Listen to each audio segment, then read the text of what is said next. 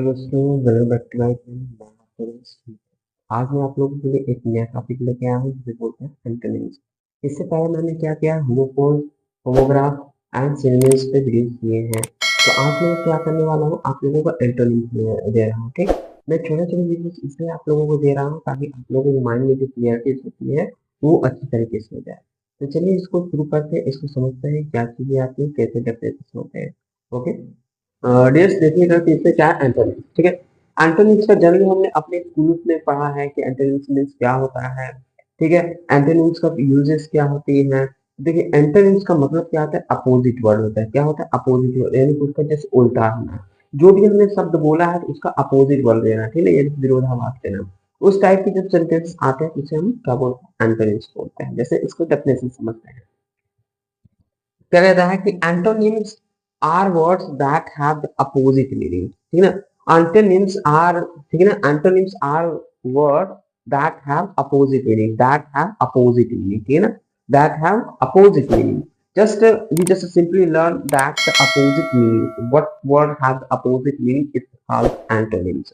What words have the opposite meaning? It's called antonyms. यानी कि ऐसे शब्द या फिर वह शब्द जो अपोजिट मीनिंग कैरी करता है उसे हम क्या बोलते हैं, एंटोनिम्स बोलते हैं। क्या बोलते हैं, एंटोनिम्स बोलते हैं। ओके, क्या बोलते हैं, एंटोनिम्स। कहीं कहीं बुक्स वगैरह में उसको एंटोनिम्स न लिख करके अपोजिट वर्ड लिखा रहता है कि विरोध शब्द, ठीक ना। तो वहां पे अपोजिट वर्ड लिखा है तो उसको समझिए कि क्या है, ये एंटोनिम्स है। ये और कुछ भी नहीं है, एंटोनिम्स है ये और कुछ भी नहीं है। ठीक, अब ये तो था डेफिनेशन इंग्लिश का। ठीक है, कैसे लर्न करना है, ठीक है, लर्न कैसे करना है ये देखिएगा। इतना जैसे लिखा था, antonyms are words that, antonyms are words that, antonyms are words that have opposite meaning, have opposite meaning, have opposite meaning.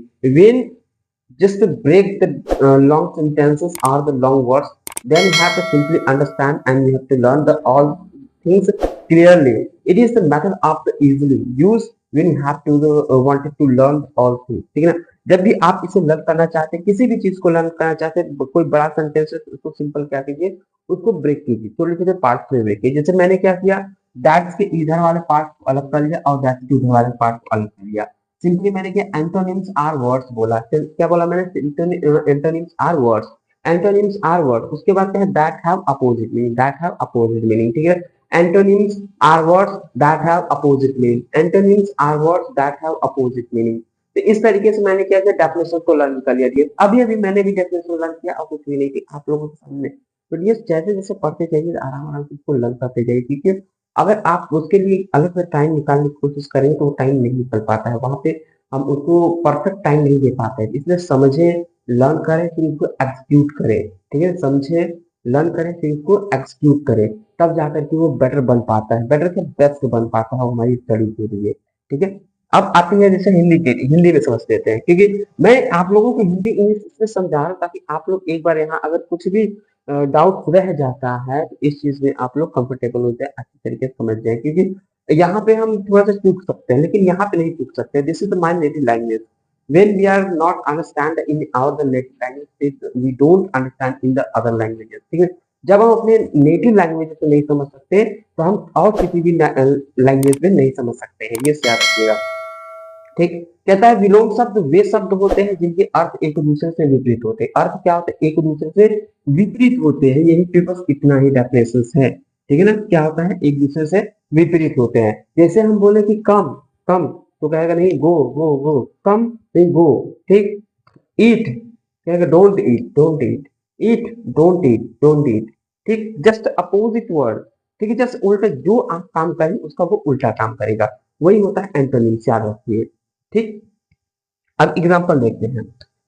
जैसे यहाँ कहता है हॉट, हॉट मीन्स क्या होता है भाई, गर्म होता है। क्या होता है, गर्म। अभी जैसे गर्मियों का मौसम चल रहा है, उमस का मौसम चल रहा है, बारिश का मौसम चल रहा है। बारिश नहीं होती है तो क्या होता है, सूर्य जब निकलता है तो गर्म हो जाता है, तो गर्म होते ही बड़ी गर्मी हो रही है। ठीक, वो वाली फीलिंग आती थी। ये क्या, हॉट।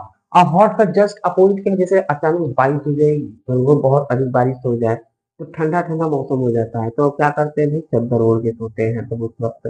ठीक है, गर्मियों के मौसम में अगर अच्छी खासी बारिश हो जाए चादर ओढ़ के सोने लगते हैं।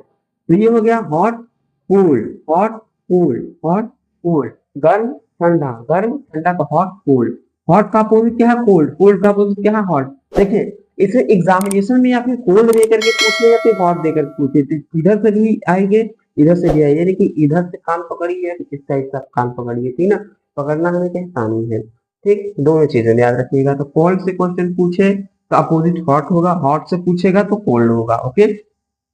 नेक्स्ट है बिग। बिग क्या है? बड़ा। भाई बिग, बिग मीन्स बड़ा, ठीक है, बिग।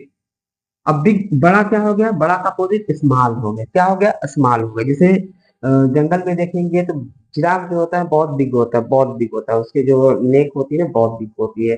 लेकिन वही स्मॉल में हिरण के देखें तो क्या करता है? अक्सर आप लोगों को जिराफ को पाएंगे हिरणों के झुंड में रहता है, तो हिरण का स्मॉल होता है। क्या होता है? जिराफ के मुकाबले वो स्मॉल है, ठीक है। जिराफ कैसा होता है? लंबा होता है, बिग होता है, लेकिन जो हिरण होता है वो बहुत ही छोटा होता है। तो उसको क्या आप किस कैटेगरी में रखेंगे? स्मॉल की कैटेगरी में, ठीक है। तो बिग और स्मॉल, बिग और स्मॉल डियर। आगे कहते हैं हैप्पी। हैप्पी मीन्स क्या होता है? खुश होना होता है। क्या होता है? खुश होना होता है। और सैड, सैड मीन्स दुखी होना होता है। भाई देखिए इन दोनों वर्ड से तो एवरीवन आर द इंट्रोड्यूस, ठीक है। इन दोनों वर्ड से हर कोई परिचित है भाई, इसके लिए कोई मोहताज नहीं है, ठीक है। कुछ ऐसे कॉल आते हैं कि लोग बहुत अधिक खुश होते हैं, कुछ ऐसे कॉल आते हैं बहुत अधिक दुखी हैं, ठीक है। पैरेलल, ठीक है। अगर खुशी आ रही तो दुखी भी होना पड़ेगा भाई। देखिए ये तो सिंपल सी बात है, अगर आप खुश हो रहे हैं तो दुख भी उठाना पड़ेगा। अगर दुख उठा रहे हैं तो आपको खुश भी होना पड़ेगा, इसमें याद रखिएगा, ठीक। तो happy and sad, happy and sad, ठीक। एक है फास्ट। फास्ट मीन्स क्या होता है? तेज। कोई भी काम कोई व्यक्ति फटाफट फटाफट करते चला जाता है, कहते हैं how fast is done it, ठीक है। नेक्स्ट होता है स्लो। स्लो मीन्स धीरे। वही कोई व्यक्ति बहुत धीरे धीरे किसी काम को कर रहा है, जहाँ पे दिन में 10 काम करने चाहिए तो वो क्या कर रहा है? एक ही काम को कर रहा है एक दिन में, तो वो क्या है? स्लो हो गया भाई, slowly slowly. Okay.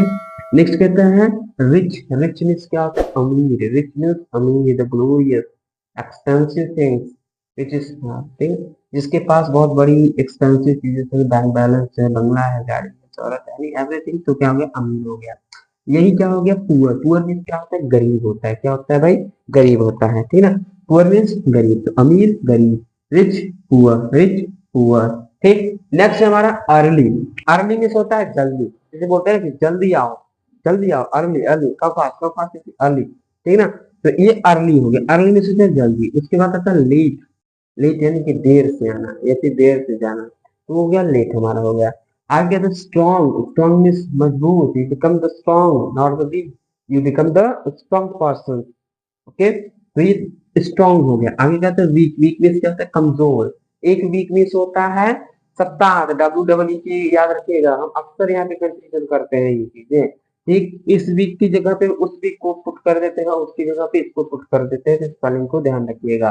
Week means कमजोर होता है, ये डब्ल्यू कमजोर, ठीक है ना। स्ट्रॉन्ग और कमजोर, ठीक।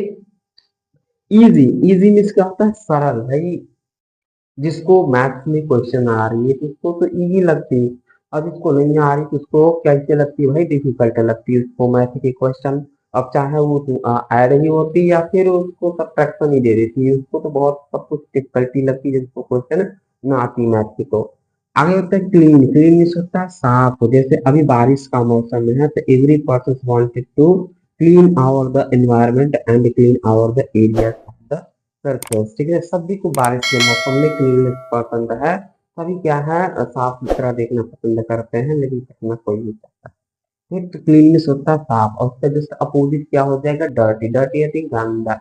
अब जैसे बाढ़ आ जाए तो बाढ़ आने के बाद क्या होता है? सिचुएशन भाई हर जगह मेडी होता है, लेकिन डर्टी हो जाता है सब कुछ,